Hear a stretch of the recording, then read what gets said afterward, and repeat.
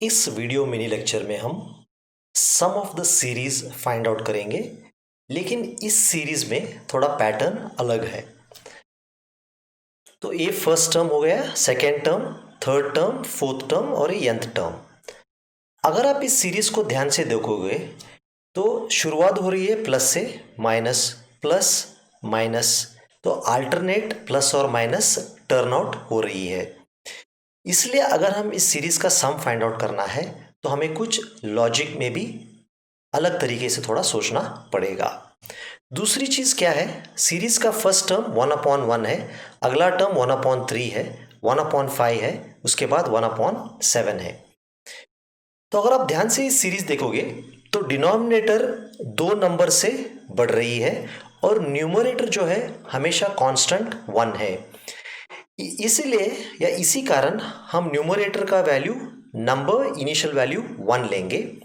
Some of the series इस variable का initial value होगा 0 और अब बताऊंगा ये साइन वेरिएबल हमने क्यों लिया है। तो साइन वेरिएबल का इनिशियल वैल्यू होगा 1। तो हमें क्या करना पड़ेगा, शुरुआत में सम जो होगा सम इज सम प्लस 1 होगा। तो इसलिए हम क्या लॉजिक करेंगे, sum is sum plus 1 upon I, 1 upon I यानी 1 अपॉन नंबर। ठीक है, यहां पे डिनोमिनेटर जो है नंबर है तो आई की जगह ये होगा नंबर। तो इस नंबर क्या होगा, इस नंबर से साइन का जो वैल्यू है +1 मल्टीप्लाई होगा क्योंकि पहले प्लस से स्टार्ट हो रहा है। अगले बार क्या होगा, साइन का वैल्यू जो है हम -1 से इसलिए मल्टीप्लाई कर रहे हैं क्योंकि सम जो है सम प्लस 1 अपॉन नंबर -1/3 होना चाहिए, तो इसलिए हम -1 से मल्टीप्लाई करेंगे साइन, तो अगले बार सम से -1/3 होगा। तो मैं सीधी या सरल भाषा में ये समझना चाहता हूं, एक बार हम सम को ऐड करेंगे, सम से माइनस करेंगे, सम को ऐड करेंगे, सम से माइनस करेंगे, सम को ऐड करेंगे, सम को माइनस करेंगे। इसलिए साइन क्या करेगा, जब मैं साइन इसके साथ मल्टीप्लाई करता हूं, जब ये पॉजिटिव होगा सम को ऐड करेगा, जब साइन नेगेटिव होगा ये सम से वैल्यू घटाएगा। तो चलिए अभी हम इसका लॉजिक के बारे में थोड़ा डिस्कशन शुरू करेंगे। तो ये थे वेरिएबल्स नंबर जो डिनोमिनेटर रिप्रेजेंट कर रही है, n यानी nth टर्म या last term, sum total sum of this series, और साइन इसलिए चाहिए कि ताकि हम सम में एक बार ऐड करें और सम में एक बार हम घटाएं। तो सबसे इंपॉर्टेंट ये है हम टर्म का यानी इस सीरीज का लास्ट टर्म यूजर से मांगे, और यूजर इंश्योर करना चाहिए कि ऑलवेज ऑड टर्म हो, n 7 हो, 9 हो, 11 हो, 15 हो, 17 हो। तो समझ लीजिए यूजर ने एंटर कर दिया n का वैल्यू। तो n का वैल्यू एंटर करने के बाद अब हम क्या करेंगे, हम एक रिपीट लूप यूज करेंगे। सपोज समझ लीजिए n का वैल्यू है 11, तो रिपीट फॉर काउंट क्या होगा, 1 3 5 7 9 11। तो जितना n का वैल्यू होगा उतने बार ये लूप के अंदर सर्कुलेट करेगा या लूप या रिपीट करेगा। तो अगर n होगा 7 तो 1 2 3 4 यानी ये पर्टिकुलर ब्लॉक ऑफ स्टेटमेंट जो नीचे दिखाऊंगा मैं अभी आपको, ये आपको 4 बार एग्जीक्यूट हो जाएंगे। ये पूरा कॉन्सेप्ट जब मैं टेस्ट टेबल से आपको बताऊंगा तब 100% क्रिस्टल क्लियर लॉजिक होगा। तो हम शुरुआत स्टेप में क्या कर रहे हैं, सम इज सम जो 0 है, 0 प्लस 1 अपॉन नंबर 1/1 है क्योंकि नंबर इनिशियली 1 है, 1/1 इंटू साइन है। तो इनिशियली सम क्या होगा, 0 प्लस 1, सम होगा 1।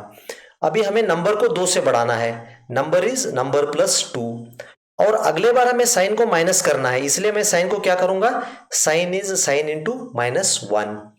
तो अभी काउंट 3 पे आ गया, तो हम यहां आ गए, सम इज सम प्लस 1/3, 1/3 कितना होगा 0.33, लेकिन ये माइनस होगा तो इसलिए साइन का वैल्यू पिछले बार क्या था, हमने -1 कराया था तो माइनस होगा। तो सम इज 1 माइनस 0.33, सम होगा 0.67, नंबर होगा अगला वैल्यू 5। साइन क्या होगा, क्योंकि 1/5 प्लस है, साइन को -1 इंटू -1 साइन +1 बनेगा।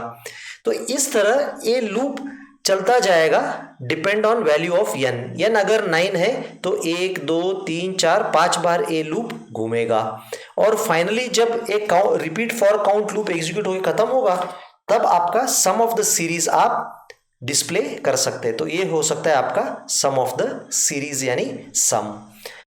जैसे कि हम आम तरीके से करते आ रहे हैं, हमें लॉजिक कभी भी ट्रस्ट नहीं करना चाहिए। जब तक हम टेस्ट टेबल द्वारा टेस्ट ना करते तब तक हम 100% श्योर नहीं हो सकते कि हमारा लॉजिक सही है या नहीं है। तो सबसे पहले ये देख लीजिए, सपोज यूजर ने सेकेंड स्टेप पे n का वैल्यू 9 एंटर कर दिया, ठीक है। तो ये काउंट कितने बार जाएगा, 1 2 3 4 5, तो 5 बार इस ब्लॉक या रिपीट करेगा। नंबर 1 है, सम को ऑलवेज शुरुआत में 0 देना जरूरी है, क्योंकि अगर आपने 0 नहीं दिया सम को, वो कोई रैंडम या गलत वैल्यू लेगा और आपका final sum of the series गलत आएगा। शुरुआत में साइन का नंबर 1 से स्टार्ट होगा क्योंकि इनिशियली +1 है। तो सबसे पहला स्टेप क्या होगा, यहाँ पे sum is sum plus 1 upon number. Sum क्या है 0, 1 अपॉन 1 1 है, साइन भी 1 है। तो इनिशियली क्या होगा 0 + 1 क्या होगा, 0 + 1 होगा, सम होगा 1, काउंटर तब 1 था। अब नेक्स्ट स्टेप पे नंबर 3 हो गया, उसके बाद साइन 1 × -1 -1 हो गया। चलिए वापस अभी काउंट जब 3 होगा तब देखा जाएगा। काउंट जब 3 होगा हमने क्या कर दिया, सम था 1, 1 + 1 अपॉन नंबर, 1 अपॉन नंबर कितना था, नंबर 3 था, 1 अपॉन 3 0.33।